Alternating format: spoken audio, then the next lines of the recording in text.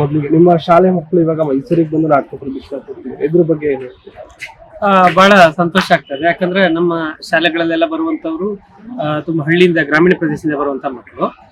ಮತ್ತೆ ಅತ್ಯಂತ ಮುಖ್ಯವಾಗಿ ನಮ್ಗೆ ಈಗ ವಸತಿ ಶಾಲೆಗಳೇನಿದೆ ಅದು ಸಮಾಜದ ಅತ್ಯಂತ ಕಟ್ಟಕಡೆಯ ತುಳಿತಕ್ಕೊಳಗಾಗಿರುವಂತ ಒಂದು ಸಮಾಜದ ಮಕ್ಕಳು ಬಂದಿರ್ತಾರೆ. ಅವರು ನಿಜವಾಗಿ ಅವ್ರಿಗೆ ಯಾವ್ದು ಎಕ್ಸ್ಪೋಜರ್ ಸಿಕ್ಕಿರೋದಿಲ್ಲ, ಅವ್ರು ಎಲ್ಲೂ ಹೊರಗಡೆ ಬಂದಿರುವಂತ ಉದಾಹರಣೆ ಇರೋದಿಲ್ಲ. ಎರಡನೇದು ನಮ್ಮ residential school rules and regulation ಕೂಡ ಅದೇ ತರ ಇರುತ್ತೆ. ಹಾಗಾಗಿ ಅವ್ರಿಗೆಲ್ಲಾನು ಕೂಡ ಹೊರಗಡೆ ಬಂದು ಒಂದು ಪ್ರಪಂಚ, ಹೊಸ ಪ್ರಪಂಚ ನೋಡುವಂತ ಒಂದು ಅವಕಾಶ ಆಗಿ ನಾವು ಉಪಯೋಗಿಸ್ಕೊಂಡಿದ್ದೀವಿ. ಸರ್, ಮಕ್ಕಳೆಲ್ಲ ಮೈಸೂರನ್ನ ನೋಡೇ ಇಲ್ಲ, ಇದೆ ಮೊದಲನೇ ಬಾರಿಗೆ ನೋಡ್ತಿರೋದು ಅಂತ, ಅದಕ್ಕೆ ನಾಟಕ ಒಂದು ವೇದಿಕೆ ಆಯ್ತಾ? ಹೌದು, ಖಂಡಿತವಾಗಿ. ಯಾಕಂದ್ರೆ ಹೇಳಿದ್ನಲ್ಲ ನಾನು, ನಮ್ಮಲ್ಲಿ ಕೆಲವೊಂದು ರೆಸ್ಟ್ರಿಕ್ಷನ್ಸ್ ಇರ್ತವೆ. ಯಾಕಂದ್ರೆ ಮಕ್ಕಳ ಸುರಕ್ಷತೆ ದೃಷ್ಟಿಯಿಂದ ಎಲ್ಲೆಲ್ಲಿಂದ ಬಂದಿರ್ತಾರೆ ಮಕ್ಕಳು. ಹಾಗಾಗಿ ಅವ್ರು ನಾವು ಕಾಂಪೌಂಡ್ ಹೊರಗಡೆ ಕೂಡ ಅವ್ರನ್ನು ಸರಿಯಾದಂತ ಸುರಕ್ಷತೆ ಇಲ್ದೇನೆ ಕಳ್ಸೋದಿಲ್ಲ. ಮತ್ತೆ ಅತ್ಯಂತ ಅಗತ್ಯವಾದ ಸರ್ಕಾರಿ ಕಾರ್ಯಕ್ರಮಗಳಿಗೆ ಮಾತ್ರ ಕಳಿಸ್ತೇವೆ. ಇಲ್ಲ ಅಂತಂದ್ರೆ ಅವ್ರ ತಂದೆ ತಾಯಿಗಳು ಕೂಡ ಅವ್ರನ್ನ ನೋಡ್ಬೇಕಂದ್ರೆ ತಿಂಗಳಿಗೊಮ್ಮೆ ಮಾತ್ರ ಬರ್ಬೇಕಾಗ್ತದೆ.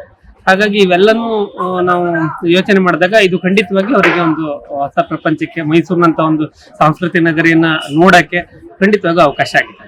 ಸರ್, ಮಕ್ಕಳು ಕಲಿಕೆಯಲ್ಲೂ ಕೂಡ ತುಂಬಾ ಇಂಪ್ರೂವ್ಮೆಂಟ್ಸ್ ಕಂಡು ಅಂತ ಹೇಳಿ. ಖಂಡಿತವಾಗಿ ಈ ಒಂದು ಕಾರ್ಯಕ್ರಮ ಪ್ರಾರಂಭ ಆದ ನಂತರ ಮಕ್ಕಳಲ್ಲಿ ಸಾಕಷ್ಟು ಧನಾತ್ಮಕ ಬದಲಾವಣೆ ಆಗಿದ್ದನ್ನು ನಾನು ಗಮನಿಸಿದ್ದೇನೆ. ಯಾಕಂದ್ರೆ ಮೊದಲು ಒಂದು ಮುಂಚೆ ನಾನು ಹೇಳ್ದಂಗೆ ಹಳ್ಳಿ ಮಕ್ಕಳಾಗಿರೋದ್ರಿಂದ ಮತ್ತೆ ಅತ್ಯಂತ ಬಡವರು, ತುಳಿತಕ್ಕೊಳಗಾದ ಮಕ್ಕಳಾದ್ರಿಂದ, ಸಾಮಾಜಿಕವಾಗಿ ಹಿಂದುಳಿದಂತ ಸನ್ನಿವೇಶದಿಂದ ಬಂದಿರೋದ್ರಿಂದ ಅವ್ರಿಗೆ ಯಾವುದೇ ಧ್ವನಿ ಇರಲಿಲ್ಲ. ಅವರು ತಮ್ಮ ಎಕ್ಸ್ಪ್ರೆಸ್ ಮಾಡ್ಕೊಳ್ಳೋಕೆ ಒಂದು ಧೈರ್ಯ, ಆತರ ಪ್ಲಾಟ್ಫಾರ್ಮ್ ಸಿಕ್ಕಿರ್ಲಿಲ್ಲ. ತರಗತಿಗಳಲ್ಲಿ ಏನಾಗುತ್ತೆ, 50 ಮಕ್ಳು ಇರ್ತಾರೆ, ಒಂದು ಶಿಕ್ಷಕರ ಹತ್ರ ಬರೀ 40 ನಿಮಿಷ ಇರ್ತಾರೆ. ಎಲ್ಲ ಮಕ್ಕಳಿಗೂ ಆತರ ಎಕ್ಸ್ಪೋಜರ್ ಕೊಡಕ್ಕೆ ಖಂಡಿತ ಸಾಧ್ಯ ಆಗುದಿಲ್ಲ. ಅಂತ ಸನ್ನಿವೇಶದಲ್ಲಿ ಈ ನಾಟಕದ ಮುಖಾಂತರ ಮುಖ್ಯವಾಗಿ ನಮ್ಮ ನಿರ್ದೇಶಕರಂತ ಬಿಂದು ರಕ್ಷಿತಿ ಮೇಡಮ್ ಅವರು ಮಕ್ಕಳನ್ನ ತುಂಬಾ ಪ್ರೀತಿಯಿಂದ ಅವರನ್ನ ಏನ್ ಮಾಡಿದಾರೆ, ಪ್ರಮೋಟ್ ಮಾಡಿದ್ದಾರೆ. ಆ ಮಕ್ಕಳಿಗೆ ಕೆಲವು ಸ್ಕಿಲ್ಸ್ ಗಳನ್ನು ಕಲಿಸ್ಕೊಟ್ಟಿದ್ದಾರೆ. ಅದನ್ನ ನೋಡಿದ ನಂತರ ಮಕ್ಕಳಲ್ಲಿ ಸಾಕಷ್ಟು ಬದಲಾವಣೆ ಆಗಿದೆ. ಈ ನಾಟಕದ ಒಂದು ಕಾರ್ಯಕ್ರಮ ಏನ್ ಪ್ರಾರಂಭ ಆಯ್ತು, ಅಥವಾ ಈ ರಂಗಕಲೆಯ ಒಂದು ಮಕ್ಕಳು ಕಲಿಯಕ್ಕೆ ಪ್ರಾರಂಭ ಮಾಡಿದ್ರು, ಮೊದಲು ಅವರನ್ನು ವಿಶ್ವಾಸಕ್ಕೆ ತಕೊಂಡು ಸಾಕಷ್ಟು ಅವರಲ್ಲಿ ಆತ್ಮವಿಶ್ವಾಸ ತುಂಬಿದ್ದಾರೆ. ಈಗ ಮಕ್ಕಳು ನಮ್ಮ ಜೊತೆ ಕೂಡ, ಶಿಕ್ಷಕರ ಜೊತೆ ಕೂಡ ತುಂಬಾ ಧೈರ್ಯವಾಗಿ ಬೆರೀತಾರೆ, ಪ್ರಶ್ನೆ ಮಾಡ್ತಾರೆ. ಹಾಗೇನೆ ಬೇರೆ ಬೇರೆ ರೀತಿಯ ಅಭ್ಯಾಸ ಚಟುವಟಿಕೆ ಕೂಡ ಸಾಕಷ್ಟು ಮುಂದೆ ಬಂದಿದ್ದಾರೆ ಅಂತ ಹೇಳಕ್ ಬಯಸ್ತೀನಿ. ಸರ್, ಇದೇ ರೀತಿ ಮುಂದೆ ನಾಟಕದ ಚಟುವಟಿಕೆ ಇರ್ಬೋದು, ಮತ್ತೊಂದು ಪಠ್ಯೇತರ ಚಟುವಟಿಕೆ ಬಂದ್ರೆ ನಿಮ್ಮ ಶಾಲೆಯಲ್ಲಿ ಅವಕಾಶ ಕೊಡ್ತೀರಾ? ಖಂಡಿತವಾಗಿ. ಈಗ ನಮ್ದು ಉಡುಪಿ ಒಳಗಡೆ ಈಗ ನಾವು ಈ ನಾಟಕವನ್ನು ಬಿಟ್ಟು ಅಲ್ಲಿದು ನಮ್ಮ ಕರ್ನಾಟಕ ಕಲೆಗಿಂತ ಯಕ್ಷಗಾನ ಕೂಡ ಕಲಿಸಿ ನಮ್ಮ ಮಕ್ಕಳು ಪ್ರದರ್ಶನ ಮಾಡಿದ್ರು. ಅಲ್ಲೂ ಕೂಡ ನಮ್ಗೆ ಒಳ್ಳೆಯ ಒಂದು ಇದು ಬಂತು. ನಮ್ಮ ಮಕ್ಕಳು ತುಂಬಾ ಚೆನ್ನಾಗಿ ಪ್ರದರ್ಶನ ಮಾಡಿದ್ರು. ಇಲ್ಲೂ ಕೂಡ ಚೆನ್ನಾಗಿ ಪ್ರದರ್ಶನ ಮಾಡಿದ್ದಾರೆ. ಈ ತರ ಏನು ಪಠ್ಯೇತರ ಚಟುವಟಿಕೆಗಳು ನಿಜವಾಗೂ ಕೂಡ ಮಕ್ಕಳಲ್ಲಿ ಅವರ ಸಂಪೂರ್ಣವಾದಂತ ವ್ಯಕ್ತಿತ್ವವನ್ನು ಬೆಳೆಸಕ್ಕೆ, ಅದರ ಮೂಲಕ ನಿಜವಾದ ಶಿಕ್ಷಣ ಪಡೆಯಕ್ಕೆ ಸಹಾಯ ಮಾಡ್ತಾರೆ.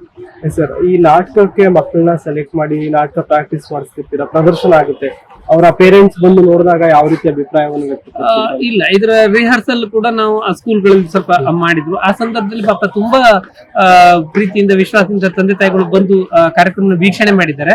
ನಿಜವಾಗಿ ಇಲ್ಲೂ ಕೂಡ ಅವ್ರಿಗೆ ಅವಕಾಶ ಸಿಕ್ಕಿದ್ರೆ ಇನ್ನೂ ತುಂಬಾ ಅನುಕೂಲ ಆಗ್ತಿತ್ತು. ಆದ್ರೆ ಶಾಲೆಯಲ್ಲೇ ಬಂದು ಅದನ್ನು ನೋಡಿದಾಗ ಅವರು ತುಂಬಾ ಖುಷಿ ಪಟ್ಟಿದ್ದಾರೆ. ಅಷ್ಟೇ ಅಂತಂದ್ರೆ ನಮ್ಮ ಇಡೀ ಏನು ವ್ಯವಸ್ಥೆ ಇದೆ, ನಮ್ಮ ಶಾಲಾ ಶಿಕ್ಷಣ ವ್ಯವಸ್ಥೆ ಮತ್ತೆ ಸರ್ಕಾರದ ಮೇಲೆ ಅವರಿಗೆ ತುಂಬಾನೇ ಅಭಿಮಾನ ಬಂದಿದೆ. ನಮ್ಮ ಮಕ್ಕಳನ್ನು ತುಂಬಾ ಚೆನ್ನಾಗಿ ಒಂದು ಮುಂದಿನ ಸಮಾಜಕ್ಕೆ ದಕ್ಕದ ರೀತಿಯಲ್ಲಿ ರೆಡಿ ಮಾಡ್ತಾ ಇದ್ದಾರೆ. ಈ ಶಾಲೆಯಲ್ಲಿ ಅತ್ಯುತ್ತಮ ಶಿಕ್ಷಣ ಸಿಗ್ತಾ ಇದೆ, ಸರ್ವಾಂಗೀಣ ಪ್ರಗತಿ ಆಗುತ್ತೆ ಮಕ್ಕಳು ಅನ್ನೋ ವಿಶ್ವಾಸ ಅವರಲ್ಲಿ ಬಂದಿದೆ. ತುಂಬಾ ಸಂತೋಷ ಪಟ್ಟಿದೆ.